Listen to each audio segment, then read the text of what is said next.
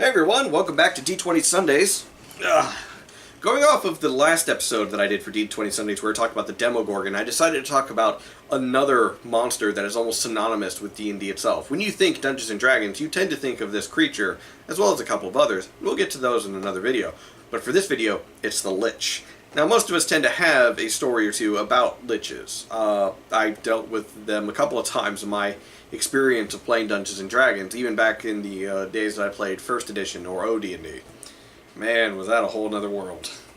But Liches are extremely powerful and an intimidating creature. And I think 3.5 and Pathfinder, they were more of a template that you could just kind of put over whatever creature.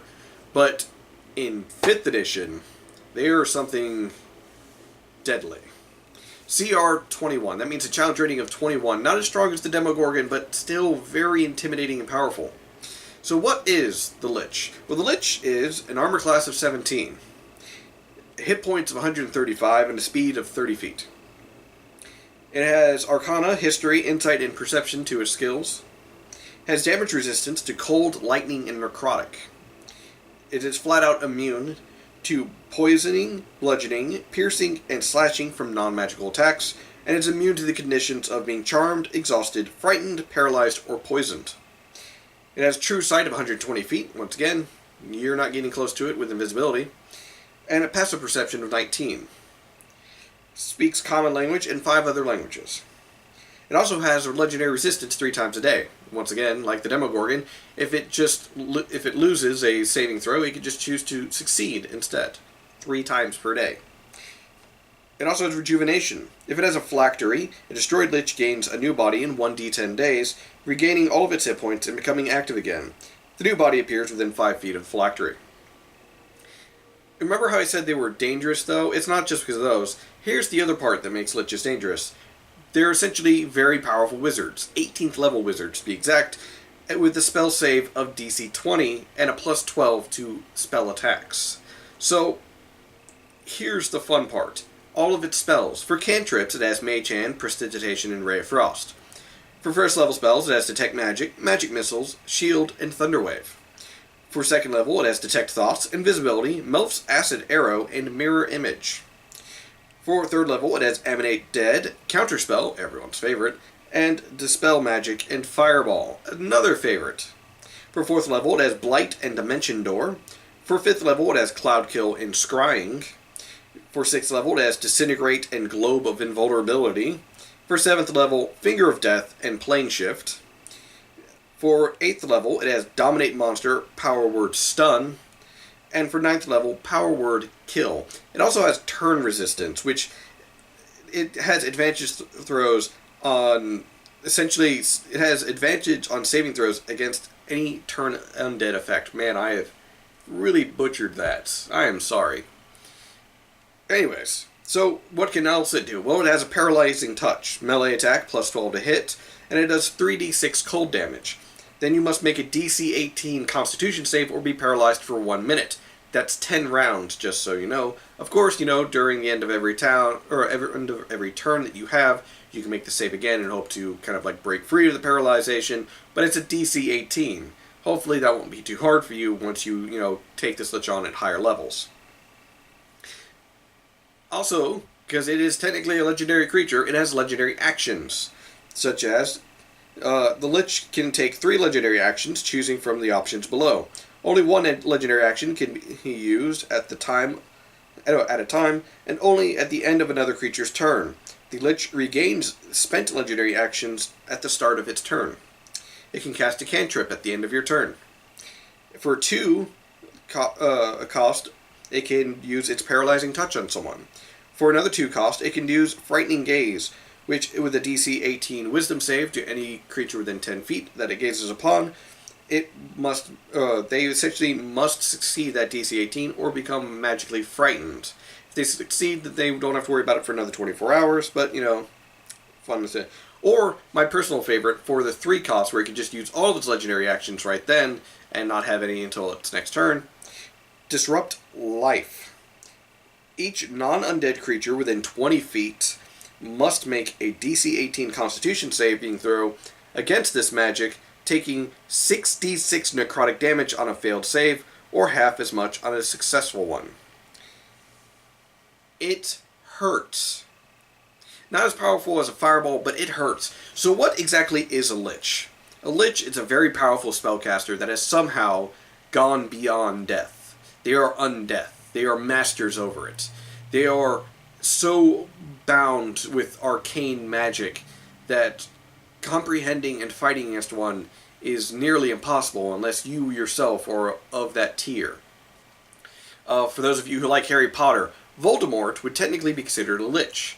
Instead of having a phylactery, he had the Horcruxes, where he broke his soul apart and put him in different spots and so on.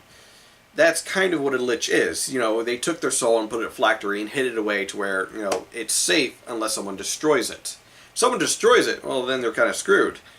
But that's essentially what a Lich is. It is an undead being that is so powerful that it has found a way to escape death. And it will constantly come back and hound the players or try again with its plans every 1 to 10 days until they find it and destroy its phylactery. So, what else makes a Lich terrifying? Well, there's the secrets of undeath, for one.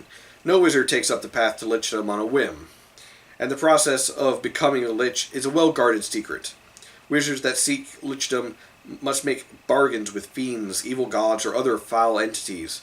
Many turn to Orcus, demon prince of undeath, whose power has created countless Liches. However, those that control the power of Lichdom always demand fealty and service for their knowledge. You pretty much have a pretty big ritual here for the secrets of undeath of how to become a Lich, or how one is made. The deals that they have to make, the beings that they have to kill and sacrifice. By the way, speaking of sacrifices, soul sacrifices. A Lich must periodically feed souls to its phylactery to sustain the magic preserving its body and consciousness. It does this using the imprisonment spell. Instead of choosing one of the normal options of the spell, the Lich uses the spell to magically trap the target's body and soul inside its phylactery. The phylactery must be on the same plane as the Lich for the spell to work. A Lich's phylactery can hold only one creature at a time, and a dispel magic cast as a 9th level spell upon the phylactery releases any creature imprisoned within it. The creature imprisoned in the phylactery for 24 hours is consumed and destroyed utterly, whereupon nothing short of divine intervention can restore it to life. A Lich that fails or forgets to maintain its body with sacrificed souls begins to physically fall apart and might eventually become a demi-Lich, which is kind of like a lesser Lich in a way. Yeah, Liches are horrifying. You have to go out every now and then and, grab a poor sod and stick him in the phylactery and drain him of all of his life and soul essence. Terrifying, isn't it? So, what about the Lich's lair? A Lich often haunts the abode it's favored in life, such as a lonely tower, a haunted ruin, or an academy of black magic. Alternatively, some Liches construct secret tombs filled with powerful guardians and traps. Everything about a Lich's lair reflects its keen mind and wicked cunning, including the magic and mundane traps that secure it. Undead constructs and bound demons lurk in shadowy recesses, emerging to destroy those who dare disturb the Lich's work. A Lich encountered in its lair has a challenge rating of CR 22. Oh, and also, it has actions that it has when it's inside of its lair, such as, on initiative count, 20, losing initiative ties. The Lich can take a lair action to cause one of the following magical effects. The Lich can't use the same effect 2 rounds in a row. Effect 1. Rolls a d8 and regains a spell slot of that level or lower. If it has no spent spell slots of that level or lower, nothing happens. So essentially, it can just regenerate a spell every turn. Well, it can't use it can't use one twice in the same, or twice in 2 turns in a row. God, I'm losing my ability to speak. But essentially, every 2 turns, it regains a spell of 8th level or lower. So I hear Fireball. The target, this is the next one. The Lich targets one creature it can see within 30 feet of it. A crackling cord of negative energy tethers the Lich to the target. Whenever the Lich takes damage, the target must make a DC 18 Constitution saving throw. On a failed save, the Lich takes half the damage, rounded down, and the target takes the remaining damage. This tether lasts until the initiative count 20 on the next round, or until the Lich or the target is no longer in the Lich's lair. That pretty much for like, that's ass. Because every time you hit the Lich, and if you're tethered to the Lich by that negative energy, you're taking damage too. Excuse me. Oh yeah, and all your buddies that are also beating the crap out of it, yeah, you're going to be taking that damage too, unless you keep making that save. Oh, boy. And for its final lair action, the Lich calls forth the spirits of creatures that died in its lair. These apparitions materialize and attack one creature that the Lich can see within 60 feet of it. The target must succeed on a DC 18 Constitution saving throw, taking 15d6 necrotic damage on a failed save, or half as much on a success. The apparitions then disappear. 15d6, that is more than a fireball every 2 rounds that he uses that. That is terrifying in so many ways.